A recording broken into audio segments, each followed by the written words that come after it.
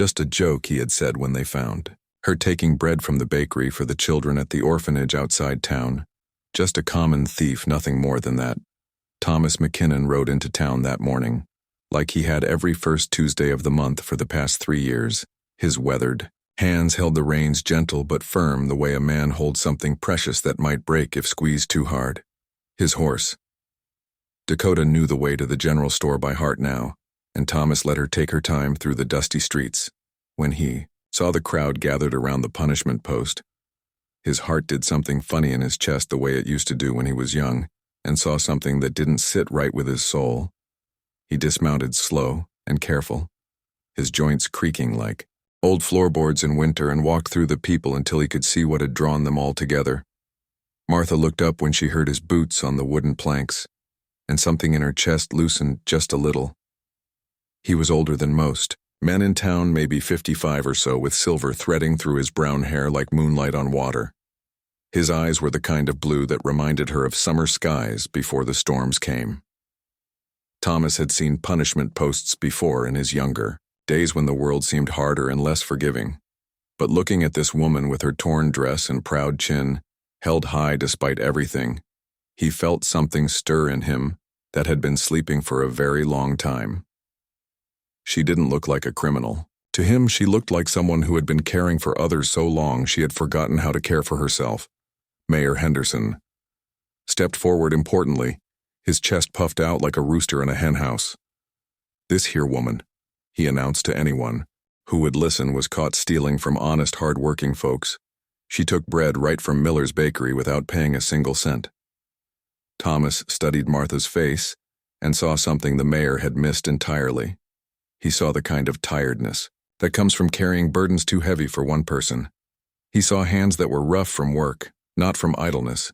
He saw a woman who had probably never taken anything for herself in her entire life.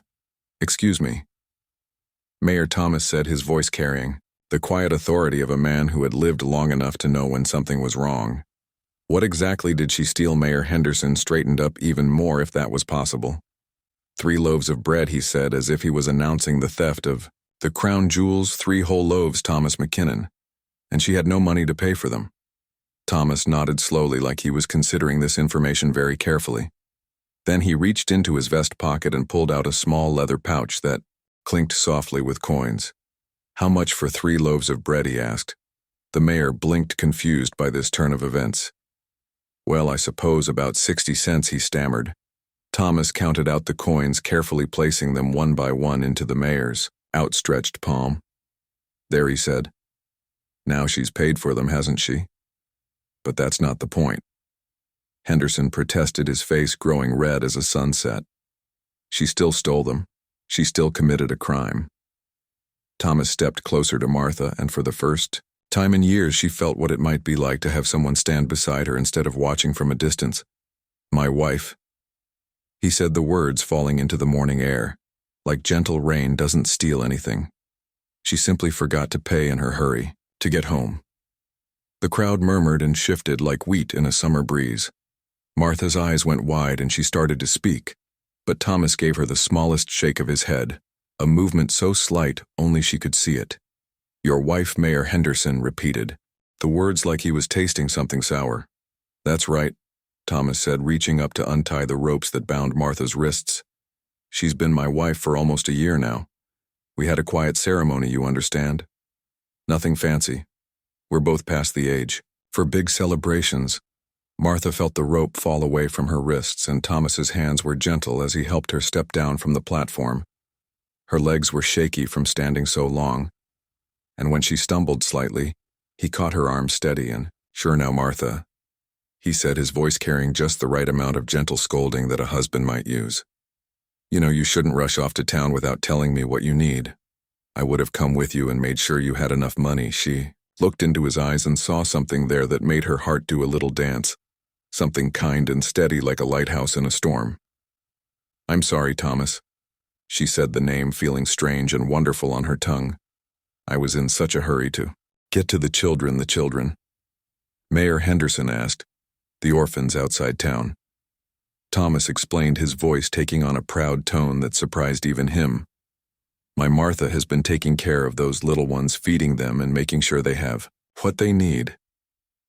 She's got the biggest heart in 3 counties. Martha felt tears prick at the corners of her eyes, but they weren't tears of shame anymore. They were something else entirely. Something she hadn't felt in so long she had almost forgotten what it was like. The crowd began to drift away, disappointed perhaps that their morning entertainment had turned into something softer, something more like hope than punishment. Mayor Henderson stood there for a moment longer, clearly wanting to argue, but finding himself with nothing to say against a husband paying his wife's debts. Thomas offered Martha his arm the way a gentleman offers it to a lady at a church social. She took it gratefully, and they walked together toward his horse. Dakota, who waited patiently as if she understood that something important had just happened. When they were out of earshot of the crowd, Martha finally found her voice. "Why did you do that?" She asked, her words barely above a whisper. Thomas helped her up on 2, Dakota's back, his hand strong and careful. Because he said, settling into the saddle behind her, everyone deserves to have someone stand beside them when the world gets too heavy to carry alone. They rode out of town together, Thomas's arms around her to hold the reins, and Martha felt safer than she had since she was a little girl, before the world showed her how hard it could be. They didn't talk much on the ride to his ranch house, but the silence between them was comfortable, like an old quilt that's been washed and dried in sunshine. Thomas's place was modest but well kept, with a garden that showed signs of careful tending and a porch that looked like it was made for sitting and watching sunsets. The house itself was small but clean, with windows that let in plenty of light and a kitchen that smelled of coffee and fresh bread. He helped her down from Dakota, and she could see him trying to figure out what to say next, the way people do when they've done something impulsive and are just starting to realize what they've gotten themselves into. "I have a spare room," he said finally, his cheeks coloring slightly. "You can stay as long as you need to figure out what comes next." Martha looked at this man who had claimed her as his wife to save her from punishment and felt something warm spread through her chest like honey in tea. "I don't understand," she said. "Why would you help a stranger?" Thomas tied Dakota to the hitching post and considered her question. "You weren't taking that bread for yourself, were you?" he asked. "No," she admitted. "For the children at the orphanage. They've been so hungry lately, and I didn't have any money left after buying them medicine for little Sarah's cough." "That's what I thought," he said, nodding, like she had confirmed something he already knew. "You've been taking care of everyone else and forgetting to take care of yourself, haven't you?" The tears came then, not the bitter tears of shame. She had cried so many times before, but something cleaner, something that felt like relief. "I've been alone for so long," she whispered. "I forgot what it felt like to have someone." Thomas stepped closer, but not too close, respecting the space between them, while still letting her know he was there. "You're not alone now," he said simply. "If you want to stay, I mean, really stay. Not just until you figure out what's next, but stay and build something together. I'd like that. Very much." Martha looked at him. Really looked at him, and saw a man who had probably been lonely too. A man who had land and a home and everything he needed except someone to share it with, someone to care for, and someone to care for him. "The children," she said, suddenly remembering. "They'll be waiting for the bread." Thomas smiled, and it transformed his whole face, making him look years younger. "We'll take them fresh bread tomorrow," he said. "And maybe some of those apples from my tree, and I've got extra blankets in the house. They might need those when winter comes." She stared at him in wonder. This morning she had been a joke, a thief tied to a post for everyone to mock. And now she was standing in front of a home with a man who was offering her not just shelter but partnership. Kindness, not just for a day or a week, but for as long as she wanted it.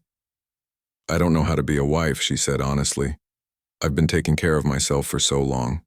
I'm not sure I remember how to let someone else help." Thomas chuckled softly. "And I don't know how to be a husband," he admitted. "I've been a bachelor for 56 years, but maybe we can figure it out together. Maybe that's what marriage really is anyway, learning how to take care of each other." That evening they sat on his porch watching the sun pee.